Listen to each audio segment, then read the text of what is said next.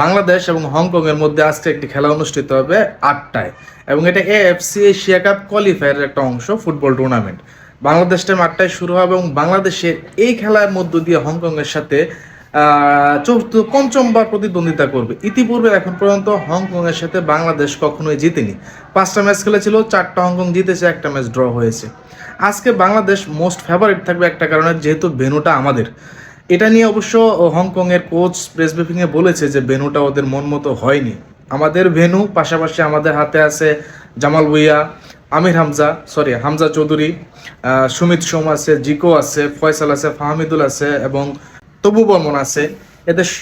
এদের কাছে বাংলাদেশের মানুষের অনেক বেশি প্রত্যাশা ফুটবলের, এবং এদের খুবই পরিচিত মুখ। এরা দীর্ঘদিন ধরে ফুটবল খেলে আসতেছে। দেখা যাক আজকের এই 8টায় বাংলাদেশ বনাম হংকং এর খেলার ফাইনাল রেজাল্টটা কি হয়।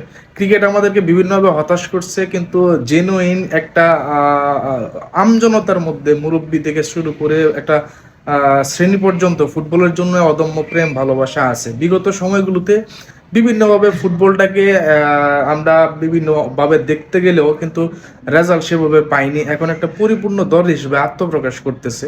তো সেক্ষেত্রে আজকের ম্যাচে আমরা ফেভারিট অবস্থায় থাকবো। আমরা এই ম্যাচের পয়েন্ট আমাদের খুবই দরকার, এবং এই ম্যাচের পয়েন্ট যদি আমরা সংগ্রহ করতে পারি তাহলে এশিয়া কাপ কোয়ালিফায়ারে আমরা অনেক ধাপ আগিয়ে থাকবো।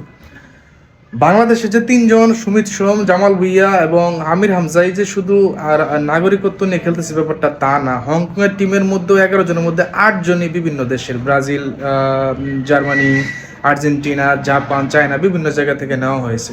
যাই হোক, আমরা আজকের খেলার রেজাল্ট দেখার জন্য অপেক্ষা করছি, এবং একটা ভালো এবং একটা চমৎকার খেলা হবে, যেই খেলার মাধ্যমে বাংলাদেশের ক্রিকেটের দেয়া সব দুঃখ গ্লানিগুলা ধুয়ে মুছে যাবে।